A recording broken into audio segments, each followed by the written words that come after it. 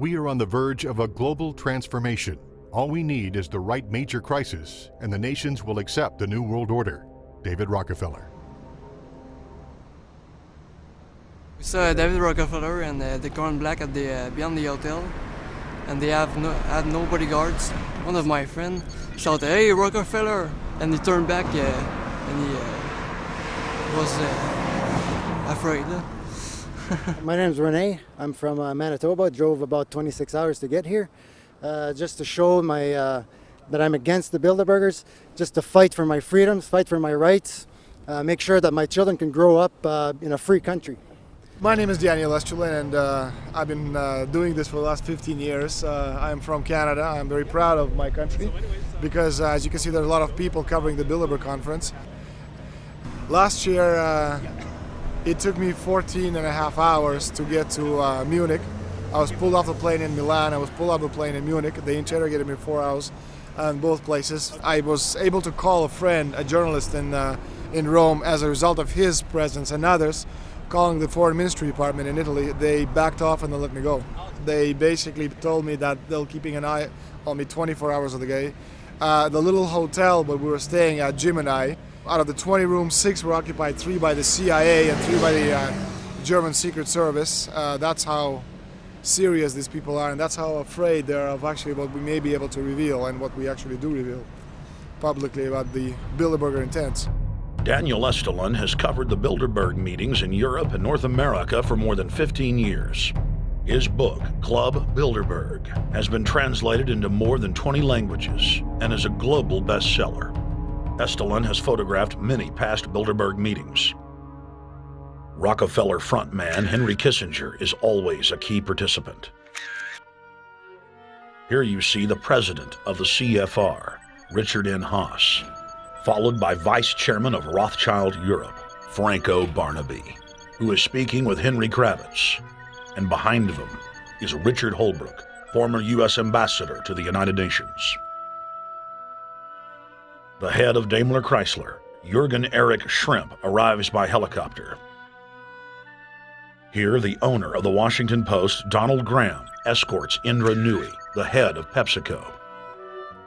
Queen Beatrix of the Netherlands, whose father, Prince Bernhard, founded Bilderberg, is a leading figure in the group. Of course, globalist kingpin David Rockefeller, seen here with his bodyguard, James Ford, always attends. The then newly appointed World Bank chief Paul Wolfowitz is photographed at Bilderberg 2005.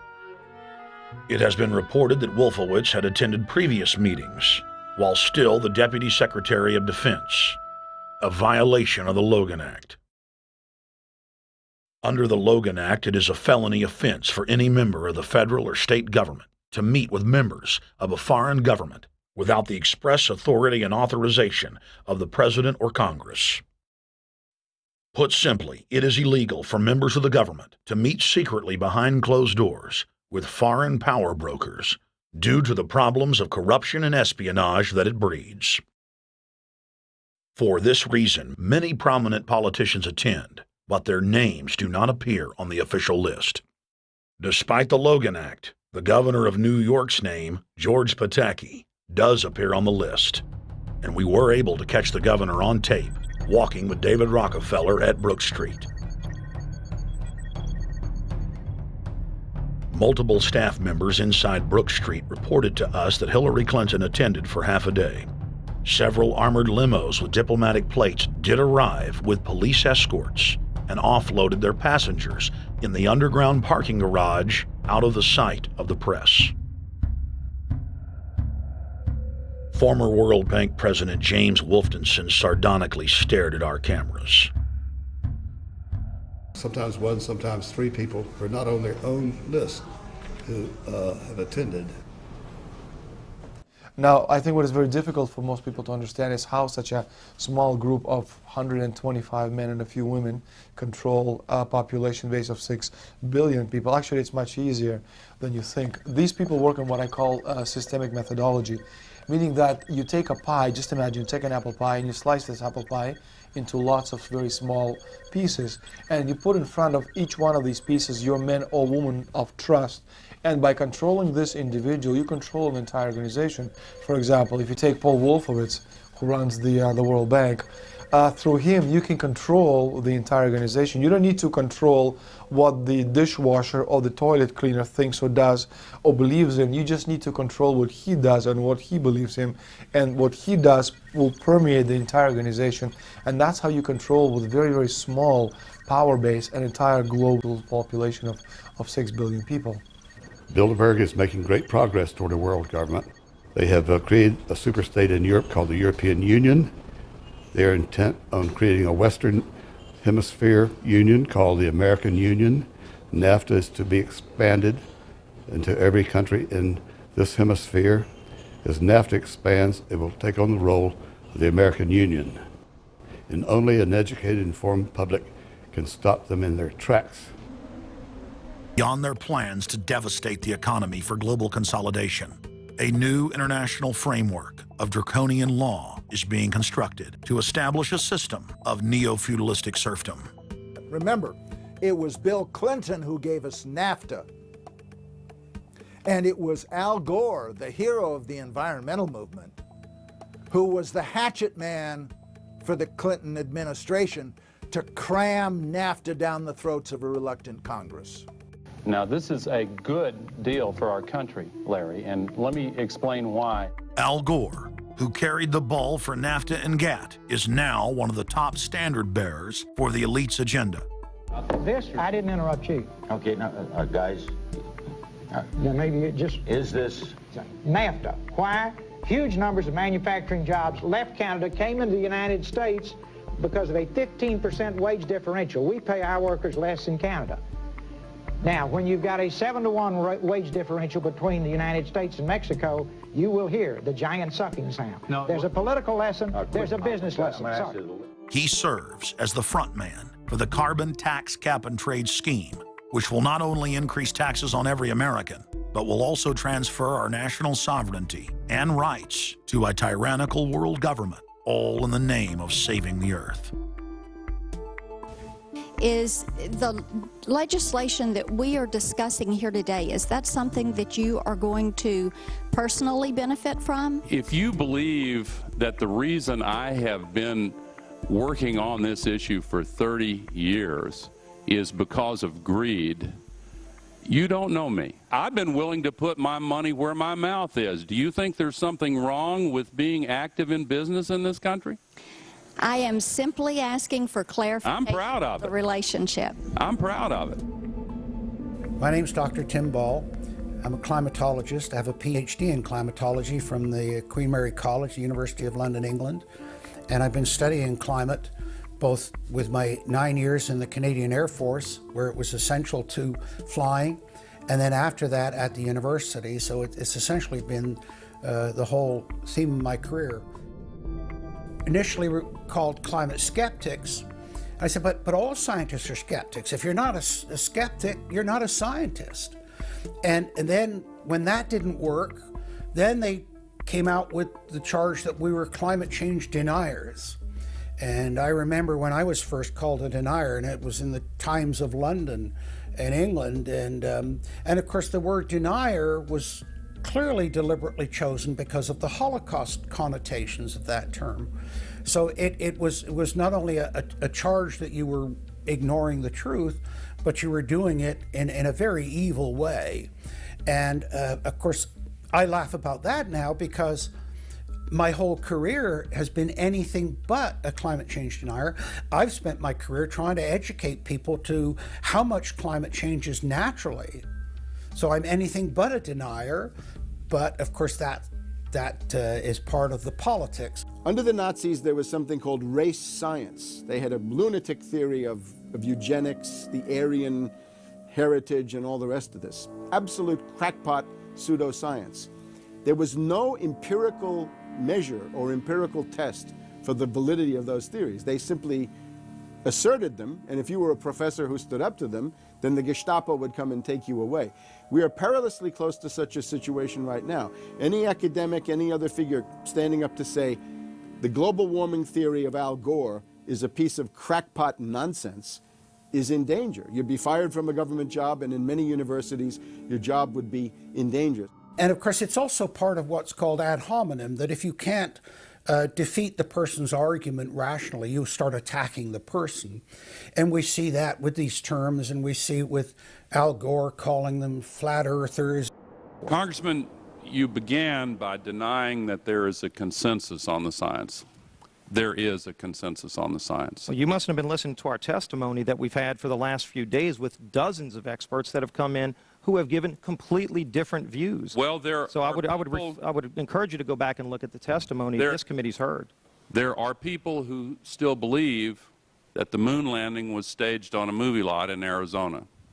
And neither of us are one of those, and I know you like giving those cute anecdotes. This is not a cutesy issue. We're talking about something that can export millions of jobs out of our economy, out of our country. Richard Lindzen, an MIT professor of atmospheric physics, said it many years ago when he said the consensus was reached before the research had even begun. And then scientists like myself that stood up and said, hold on a minute, I got problems with this. Oh, paid by the oil companies, don't trust that guy. What the international scientific community is saying is correct. There is no legitimate basis for denying it. Now, you hear the consensus argument. Well, the majority of scientists. What they're always talking about is, and originally the IPCC was about 3,600 scientists, it's now down to 2,500. That's the people they're talking about. But when you look at it, most of them are bureaucrats. They're not scientists at all. And very, very few of them are actual climate experts. Now, the consequences of that, and whether that's because of man-made CO2, I think are debatable. If CO2 is not causing the climate change, what is? What are the major driving factors? And so they're essentially the ones that are left out by the Intergovernmental Panel on Climate Change. It's unbelievable to me that they can come out and ignore the sun. I mean, everybody knows the sun goes in, it gets cool. You notice that, right? You have an eclipse, the temperature drops, and the birds start to get excited and so on. And when you look at the seasonal changes with the sun, how you can suggest that the sun is not a factor is really quite remarkable. Giving us false scientific information is not going to clean up our environment. Speaking with a lot of promises and innuendo is not going to help clean up the idea that carbon is a pollutant is essentially a way of saying that humanity is a disease or a cancer that ought to be wiped out. Genocide. People have argued in this environmental coterie around Obama, around Holdren, the theoretician of de-development, who is now the science advisor of the White House, really the anti-science advisor. They've argued that babies are carbon monsters, carbon machines, and that every time you breathe out carbon dioxide, you're part of the pollution of the planet. This is an absolutely anti-human doctrine. They use the environmental movement to promote their real agenda, which is globalization and federalization and power. The advisor to Gordon Brown wants to exterminate 1/2 of the population of the British Isles. Now that's something Hitler might have tried to do, or Stalin. They didn't succeed. Will Gordon Brown do it? You can read this in the statements of these lunatics, radical environmentalists, fanatical Malthusians, tree huggers, whatever you want to call them. This is an ideology of genocide which can be documented exhaustively, ad nauseum, out of their own statements. When Gore said the science is settled, that raised red flags amongst the media, and then also amongst a lot of other people that sort of knew that that wasn't true, other scientists, and started to look at it. And of course, the more they looked at it, the more they realized, no, science is never settled. What is coming down now is environmentalism, is nothing but phony science. Nothing but phony science. And if we really believe in the environment, if we really believe in freedom, if we really believe in truth, we need to get some straight answers. Now, the Kyoto Agreement, of course, was reached in the city of Kyoto. And what was interesting was several things came out of that, but the first thing was that not all countries had to participate in Kyoto, but not all had to take action. Only the developed nations were required to reduce their level of CO2. For over 50 years, the Bilderberg Group constructed the European Union by stealth under the guise of trade deals. Now the elite are using the same secretive program to complete the North American Union. But this time, superstate integration is on the extreme fast track. International agreements like NAFTA, GATT, and APEC were just stepping stones in the formation of the NAU. The North American Union was officially born at Baylor University in Waco, Texas, on March 23, 2005. The leaders of the United States, Mexico, and Canada told the press that they were only meeting to discuss trade. It soon leaked that a secret meeting had been held during the Security and Prosperity Trilateral Summit. The three governments had refused to release the secret agreement to the people. In September of 2006, their treasonous operation was blown wide open. From September 12th to September 14th, in Banff, Canada, hundreds of elected and appointed government leaders from Canada, Mexico, and the United States met in secret. On the last day of the conference, someone inside the secret North American Union Forum leaked the agenda. The front pages of newspapers across Canada carried the story. The Judicial Watch Foundation submitted Freedom of Information Act requests to obtain the full agenda and minutes of the secret assembly. Many federal agencies refused, citing national security. The foundation finally succeeded and did receive thousands of pages of documents. The documents marked unclassified are the blueprints of a shadow government ruling by bureaucratic and executive fiat. The pages chronicle an already operating North American Union. Transportation, law enforcement, agriculture, regulation, banking, manufacturing, construction, education, immigration, and even the military are being merged with no input from the people or their elected representatives in Congress and Parliament. One of the first items on their agenda was to stress how important it was that their plan, quote, be carried out by stealth. The controllers also talked about exploiting the public's fears of climate change to push a continent-wide tax to fund the new government. Globalist tool Robert Pastor is incessantly paraded on the world stage as the man behind the North American merger. When he testified before Congress, he pushed the idea of a continental security perimeter that erases national boundaries and merges the security apparatus. The best way to secure the United States today is not at our two borders with Mexico and Canada, but at the borders of North America as a whole. In fact, the North American Command, based in Colorado Springs, Colorado, was clearly running the meeting in Canada. For the past decade, the Pentagon has been training with Mexican and Canadian forces and has openly discussed using them inside the United States for disasters and to quell domestic unrest. There are already over 100,000 non-U.S. citizens serving in the U.S. Armed Forces. The Pentagon is now expanding its recruiting centers in Mexico, the Philippines, and Eastern Europe. Big city police departments nationwide are lobbying to change laws so they can recruit non-citizens to join the police force. What we are witnessing is a Red Dawn scenario in slow motion. Tyrants throughout history have brought in foreigners to oppress their domestic populations.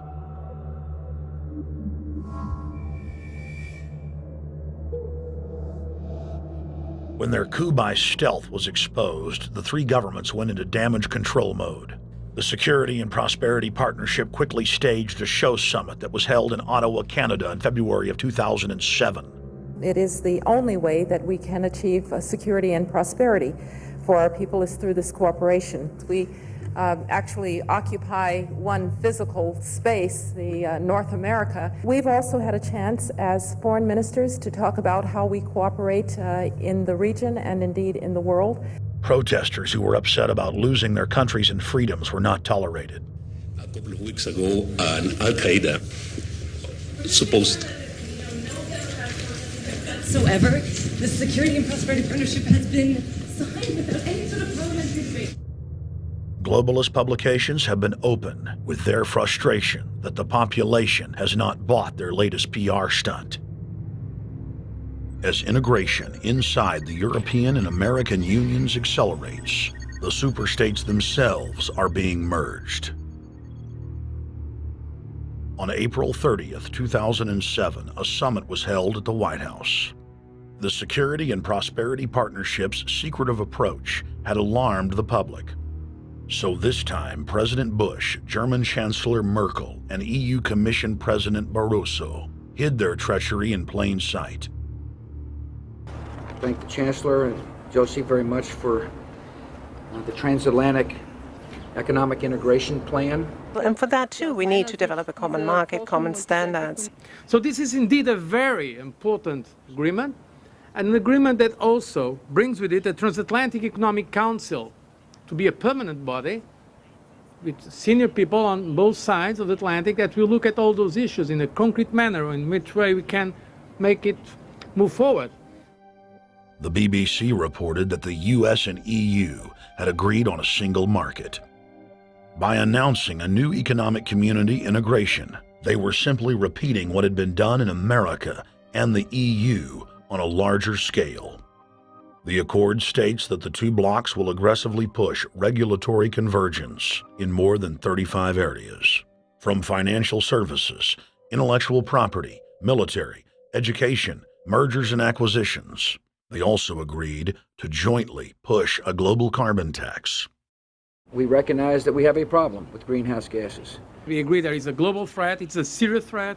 We agree there is the need to establish a limit to greenhouse gases. We need to discuss the possible pricing of CO2. How can we translate this into a market economic compatible scheme? We have agreed to establish a high-level group, a forum. This EU-US result is translated into the G8, debated together with the outreach countries, China, South Africa, Brazil, among others, and India. A global solution to a global problem. If Bilderberg succeeds, America falls. All the victimized countries lose their sovereignty.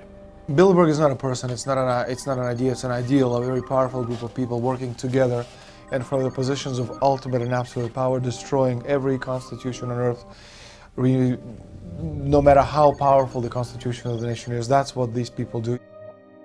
The African Union arose out of the African Economic Community, set up in the early 1980s. The African Union is financed by a consortium of international bodies, governments, and corporations. The African Union Army serves as an enforcement arm for the New World Order's exploitation of Africa. In Asia, APEC and ASEAN have announced plans to form the Asian Union, consisting of Asian and Pacific nations, having more than 3 billion people within its borders. APEC will become the Asian Pacific Union, and the world is to be divided into 3 great regions for the administrative convenience of the world government in which the UN is to evolve. As the unions form individually, they are simultaneously merged to form the first planetary government. They're trying to destroy every nation on earth which is trying to promote progress, because these people basically they are landowners. They don't need progress because they control the land. If you take the most powerful man in London, the people who belong to the Council and the Committee of 300, who belong to the Bilderbergers, the British royalty, the Guelphs, the black nobility of Venice and Genoa, these people they're landowners. The New World Order is the Old World Order. I mean, it's just the names have changed, the appearances have changed, but the concept hasn't changed. The idea is still to bring the men back, kicking and screaming back to the Middle Ages, post-industrial age world order. One of the things that is very shocking to most Americans is the fact that the United Nations Global Biodiversity Assessment, which came out in 1995, clearly shows that in order to protect planet Earth, we have to go back to a feudal system. They actually said that in the document. To craft a modern feudal society, the globalists are implementing a standardized North American Union ID card. to track, trace, and control their serfs as they travel throughout the 3 regions of the NAU. Building on the massive displacement of humanity caused by globalization, the New World Order is rapidly constructing the physical infrastructure of the North American Union, the NAFTA Superhighway Control Grid. I'm Arthur Peterson, Colonel retired in the Army. I see things today that are happening that would make my friend who died in World War II turned over in their grave. To think that people would even consider confiscating land of farmers and ranchers and taking their homes away from them to turn it over to a foreign company in Spain, which was controlled by Don Carlos, I understand, a notorious socialist, and they get the tolls on Texas land for 50 years. The proposed Trans-Texas corridor would be a patchwork of superhighways and railroads stretching 4,000 miles from the border of Mexico, cutting through Texas to Oklahoma. A lease has been signed that would make Texas Highway 121 a toll road. A private Spanish company won the bid to build and collect the tolls for the next 50 years. These deals with private companies are being negotiated largely in secret, and many state lawmakers are worried taxpayers are being sold down the road. Critics say it's a threat to our national security. It's part of a plan for a North American integration being carried out by government and corporate elites without congressional or voter approval.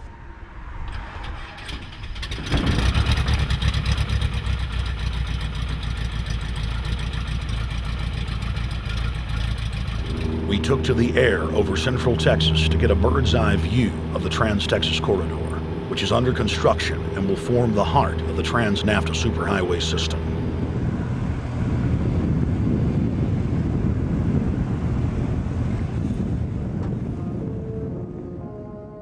History repeats itself. 2,000 years ago, all roads led to Rome. Rome constructed and maintained more than 10,000 miles of roads throughout its empire. The roads were used to project Roman military power, to control commerce, and to bind the nations and peoples they ruled. Rome also demanded tribute. Roman subjects from Albion to Judea were forced to pay a tax to use the roads. The Romans would then use the tax to dominate their subjects. Today's superhighways are a powerful tool in the globalist arsenal. They are instrumental in tearing down national borders and merging nation-states into larger confederations. Foreign governments and corporations are predatorily seizing infrastructure across North America, but nowhere has their attack been greater than in Texas.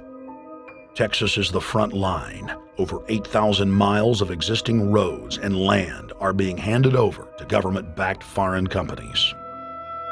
Foreign companies buy the legislators, who then turn over complete control to the same foreigners who finance their campaigns. Government power is then illegally transferred to unelected quasi-governmental regional boards that circumvent local governments and the will of the people. The next stage of this world government plan is to have a transportation control, and that is called the NAFTA Superhighway, or in Texas called the Trans-Texas Corridor. It confiscates 584,000 acres of land to be transferred into control of a Spanish company which will collect tolls in Texas for the next 50 years, and there's no limit in the amount of tolls that can be collected. More than 80 federal and state highways have been designated as international arteries. The I-35 NAFTA corridor starts deep inside Mexico and travels through the middle of the United States and ends in central Canada. Container ships from Asia dump their cargo on the Pacific side of Mexico. It then travels duty-free by rail to the new Kansas City inland port, now considered sovereign soil of Mexico, in the heart of the United States. Under international agreements, predominantly foreign companies are placing tolls on already existing paid-for roads. Federal, state, and corporate documents show that they will then use the revenue raised to build up the transportation infrastructure of Mexico, not the United States or Canada, so foreign-made products can pour in even faster from Mexico. Revenues raised will also be used to fund the fledgling North American Union and its growing bureaucracy. Bottom line, they're using our own money to enslave us. First of all, they're proposing a North American tribunal, which would be similar to what we have in Chapter 11 of the NAFTA agreement, which is trumped by international law. The U.S. Supreme Court and our Constitution could potentially be rendered invalid, and what we would have is new North American business law that would trump what we have here in the United States. What is also interesting to note that the NAFTA headquarters is in Mexico and controls the United States trade and rules against the United States Congress, and no one seems to challenge it. NAFTA headquarters is in Mexico and controls the United States trade and rules against the United States Congress, and no one seems to challenge it.